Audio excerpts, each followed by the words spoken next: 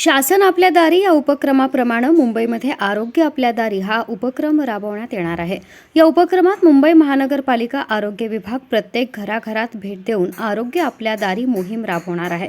या मोहिमेतून नागरिकांची मोफत आरोग्य तपासणी करण्यात येऊन त्यांना दर्जेदार आरोग्य सुविधा उपलब्ध करून दिल्या जाणार असल्याचं प्रतिपादन मुख्यमंत्री एकनाथ शिंदे यांनी आज केलं.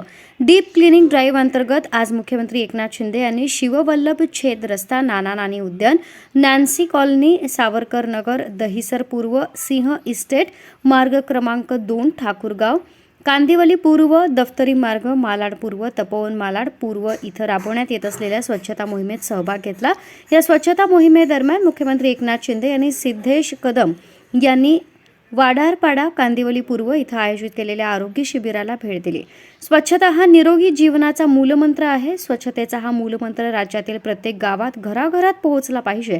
यासाठी या स्वच्छता मोहिमेत प्रत्येकानं सहभागी होऊन राज्यात स्वच्छतेची गुढी उभारूया, असं आवाहन मुख्यमंत्री एकनाथ शिंदे यांनी केलं. मुंबईत राबवण्यात येत असलेल्या या स्वच्छता मोहिमेत सहभागी सफाई कर्मचाऱ्यांच्या बरोबरीनं शालेय विद्यार्थ्यांसह नागरिक, सामाजिक संस्था मोठ्या संख्येनं उत्स्फूर्तपणे सहभागी होत आहेत. याचा आपणास मनस्वी आनंद होत आहे. स्वच्छता मोहीम आता व्यापक लोकचळवळ बनली आहे, असे गौरवोद्गार मुख्यमंत्री शिंदे यांनी उपस्थितांशी संवाद साधताना काढले.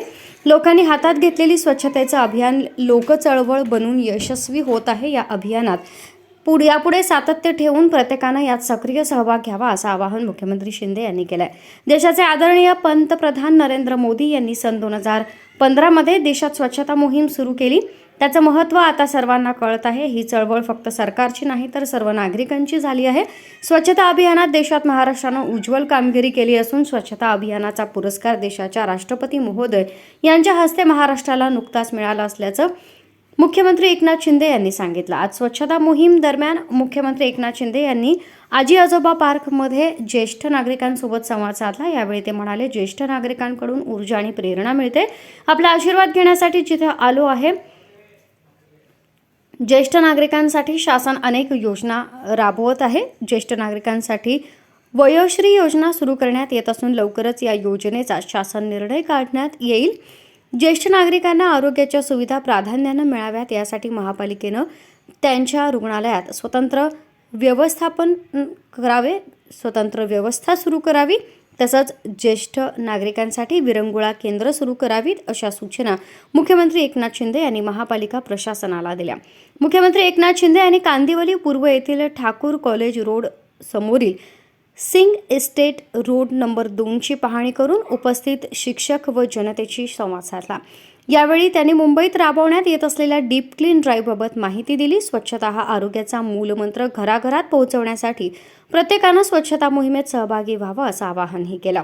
या परिसरातील लोकांच्या घरासंदर्भात उपस्थित झालेल्या प्रश्नासंदर्भात आनंद महिंद्रा यांच्यासोबत बैठक घेऊन या प्रश्नातून मार्ग काढला जाईल.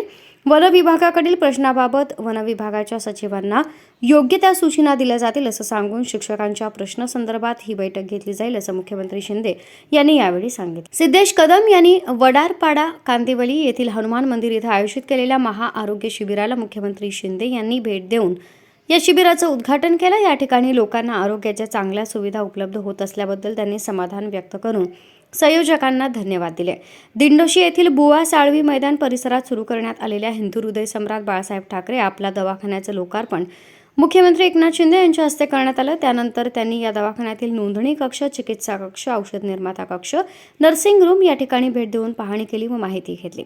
यावेळी बोलताना मुख्यमंत्री शिंदे म्हणाले, सामान्य जनतेला आरोग्याच्या सुविधा मिळाव्यात, त्यांच्या आरोग्याची हेळसांड होऊ नये यासाठी मुंबईत 250 हिंदू हृदय सम्राट बाळासाहेब ठाकरे आपला दवाखाना सुरू करणार असून आतापर्यंत 202 दवाखाने सुरू झाले आहेत. यावेळी मुख्यमंत्री शिंदे यांच्या हस्ते लघु अग्निशामक केंद्राचं उद्घाटन आणि शारदाबाई गोविंद पवार गार्डनचं भूमिपूजन करण्यात आलं.